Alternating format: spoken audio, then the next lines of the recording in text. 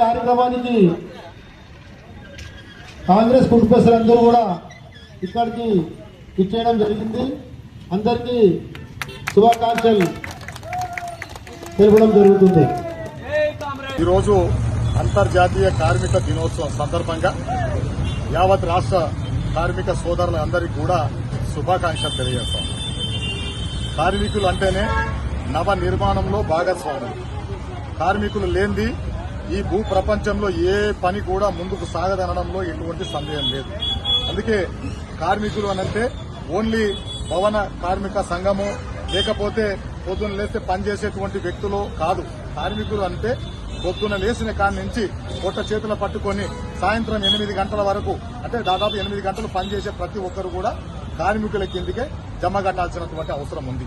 అందుకే ఇంజనీరింగ్ భాగం వాళ్ళు ఒక కార్మిక సంఘం వాళ్ళే, పోలీస్ డిపార్ట్మెంట్ వాళ్ళు కూడా ఒక కార్మికులే.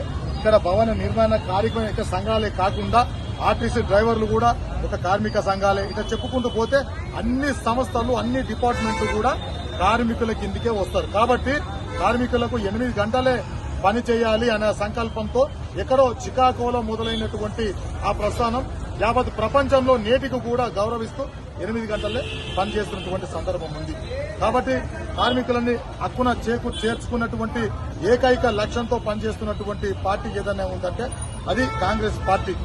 అందుకే పేద బడుగు బలహీన వర్గాలకు ఆశాజ్యోతి ఉన్నటువంటి కాంగ్రెస్ పార్టీ నేటికి కూడా అందరి మన్ననలు పొందుతూ అందరి గుండెల్లో సుస్థిర స్థానాన్ని సంపాదించుకున్నది అనంటే ఆ ఒక్క కాంగ్రెస్ పార్టీకి సంబంధం ఉంటుందని చెప్పి ఈ సందర్భంగా మీకు తెలియజేస్తా ఉన్నాను. ఈరోజు మీర్పేట మున్సిపల్ కార్పొరేషన్ లో ప్రశాంతి డివిజన్ 58 లో ఈరోజు కార్మిక సంఘం ఆధ్వర్యంలో మేమందరం కూడా కార్మికుల్లా పనిచేస్తూ 8 గంటలు పనిచేస్తా ఉన్నాం కార్మికుల కోసం. ఈరోజు ఇక్కడ అన్నదాన కార్యక్రమాన్ని సంకల్పించాం. పేద బడుగు బలహీన వర్గాలకు కడుపు నిండా భోజనం పెట్టే అవకాశం నిజంగా నాకు దక్కినందుకు నేను నిజంగా గర్విస్తా ఉన్నాను. ఇదే ప్రతిరోజు కూడా వారికి కడుపు నిండా భోజనం పెట్టే అవకాశం నాకు కల్పించమని ఆ భగవంతుని కోరుకుంటున్నాను.